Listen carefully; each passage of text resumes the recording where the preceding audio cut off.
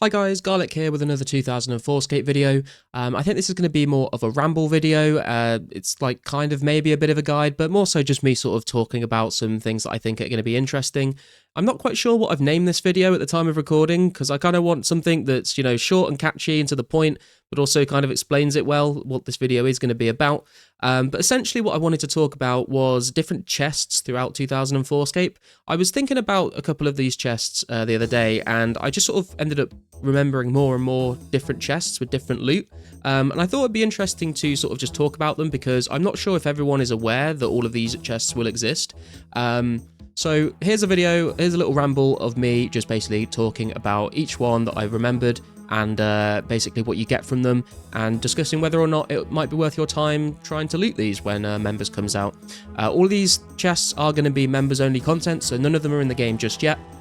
And some of them are going to require keys, some of them are going to just require a thieving level. So let's get into the video. I hope you guys find this kind of interesting, even if it's just something you leave up in the background while you're grinding on 2004scape.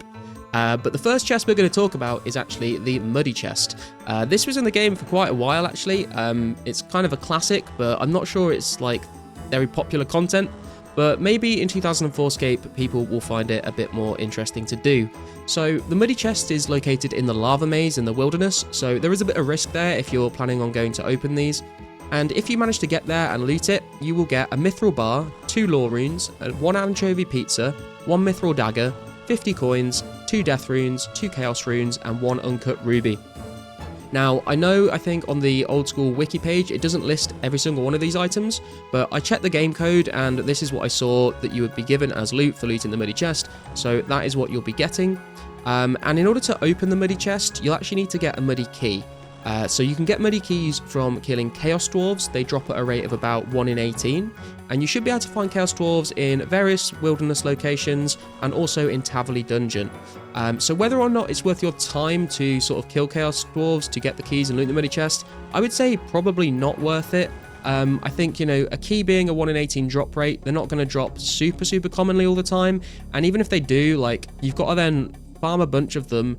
Then you've got to make the trip to the lava maze, not get PK'd, and then, you don't get rewarded that much for your time with the drops that you get from it.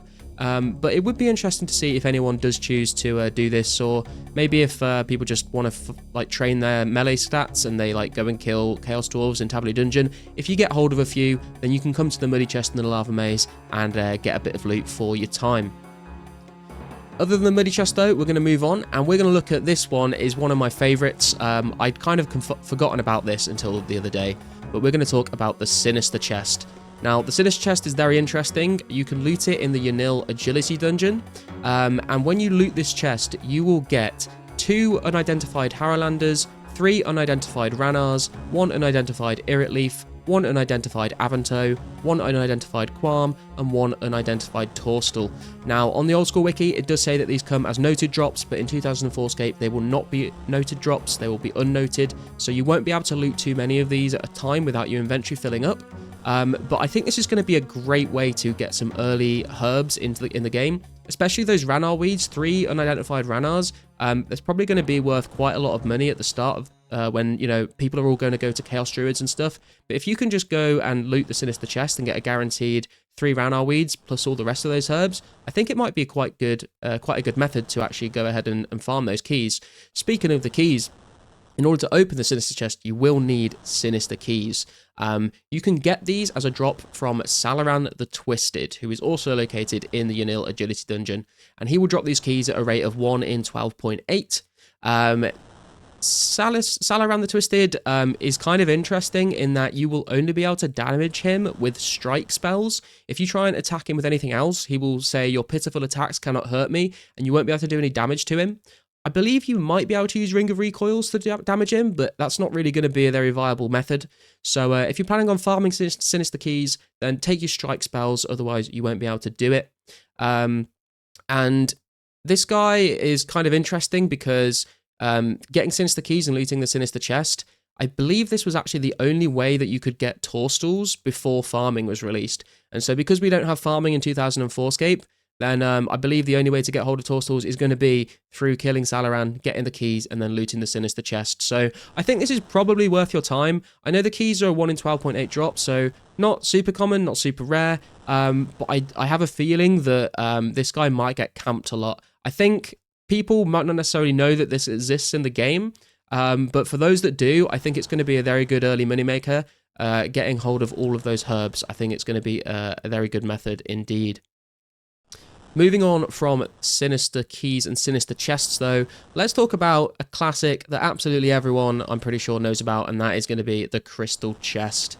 Now, obviously, to open the Crystal Chest in Taverley, you need to get both halves of the Crystal Key, and those halves are dropped by monsters that have access to the Gem drop table or the Rare drop table.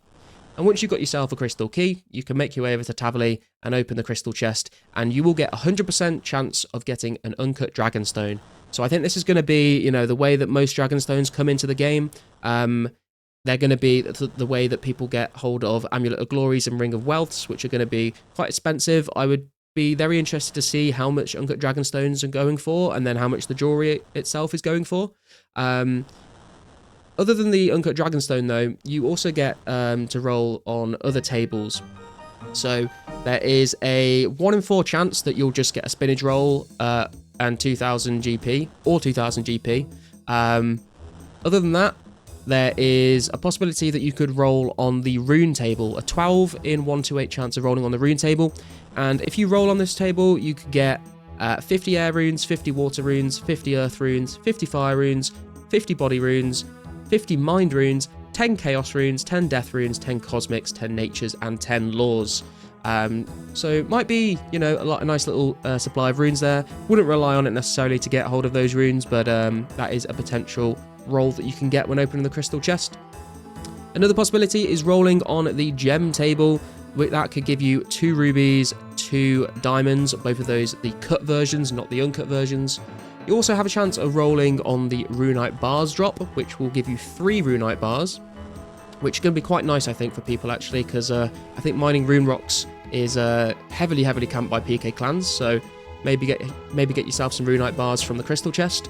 There's also a chance of rolling on getting more loop and tooth half keys, so if you do that, then you could get hold of more keys and just continue to loot the chest, which is nice. You could also get a chance of getting 150 noted iron ore, which is pretty crazy. I know that can take a while to mine manually, so a nice way of getting your iron ore. And in a similar vein, that's an ore rock pun, not intended there. In a similar vein, you could also potentially get 100 noted coal, which, you know, coal prices have been pretty high recently. I don't know what's going to happen to those prices on members release, but if you could give me 100 noted coal, I'd be pretty happy with that, actually. And, you know, if you're looting it a few times and you get the iron and the coal ore, then you could get the supplies to make yourself some steel bars, which would be quite nice. In addition to those drops, you could also get a chance of getting 5 raw swordfish and 1000 GP. Not the best drop there. You could also get a adamant square shield. That is a 1 in 64 chance of getting one of those. Obviously not the best drop in the world, but that is one of the potential rewards. And then the big one that people, I think, will be very pleased if they get is there's a 1 in 128 chance of rolling on the rune plate legs or rune plate skirt table. And I didn't actually know this until I did the research for this video, but apparently if you're a male character, you will get rune plate legs, and if you're a female character, you'll get the rune plate skirt. I didn't know that was how it worked, but apparently that is how it works. And yeah, those rune items probably going to be worth a decent bit of cash. So that'd be nice if you manage to roll on that. I believe there's also a 17 in 128 chance of just getting nothing. You'll still get the Uncut Dragonstone, obviously, but there is a chance that that is the only thing that you will get from the chest. So just be wary of that. You know, you're not getting, I mean, you are getting scammed, I guess, but it is an intended mechanic if all you get is the Uncut Dragonstone. But yeah, Crystal Chest, going to be interesting. I'm not sure how viable it's going to be to, like, farm the key pieces. I think you're just going to have to kill stuff and hope that you get them as drops. But there'll be a nice little boost if you get some of those good hits while killing them.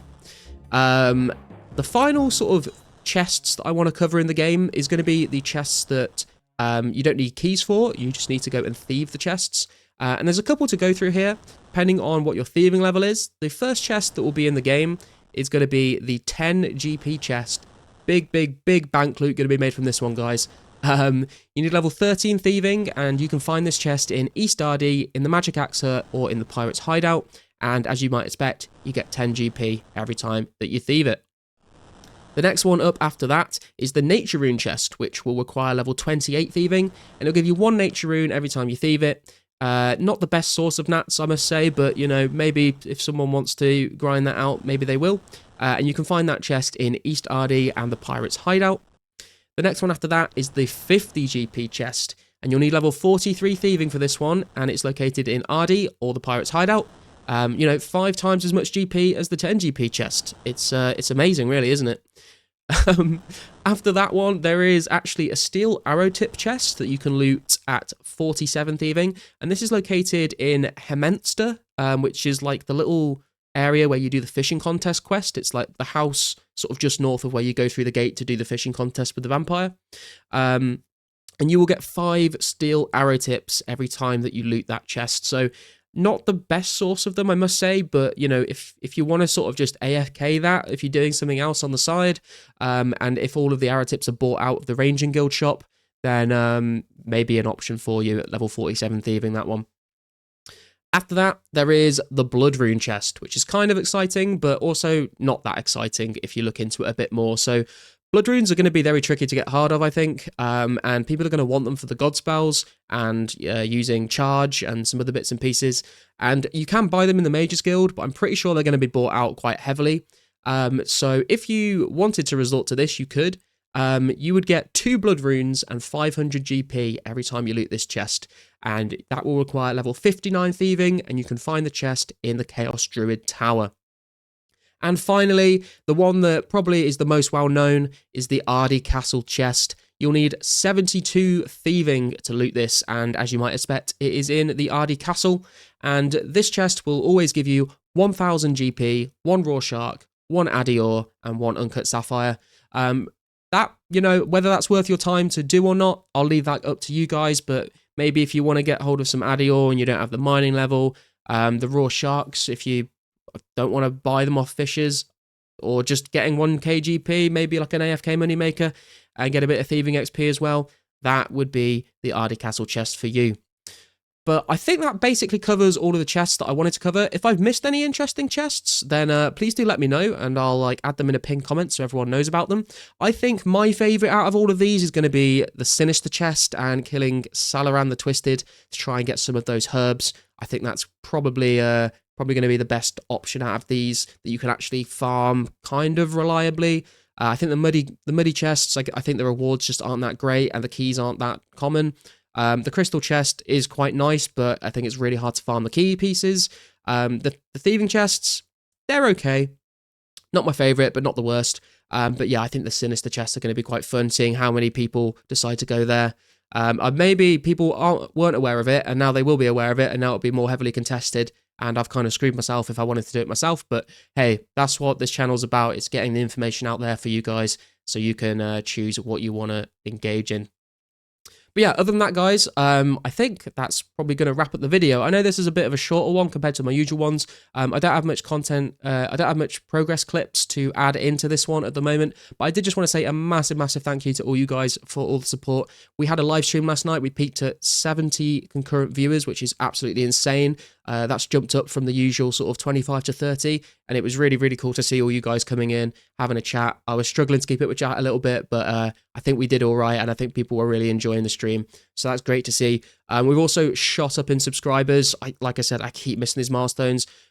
At the start of the last weekend that's just gone by, it's Thursday that I'm recording this, but over the weekend we went from 100 to 200 subscribers. We're now 5 subscribers away from 400 subscribers, which is absolutely insane. You're all amazing, so thank you for that. If you are enjoying the videos or the streams, please do comment, hit like, hit subscribe. You should be notified on my next stream as well. Feel free to hop in my Discord channel. There should be a link in the channel description. It might be expiring soon, so I might need to refresh that, but let me know if anyone has any issues getting into that.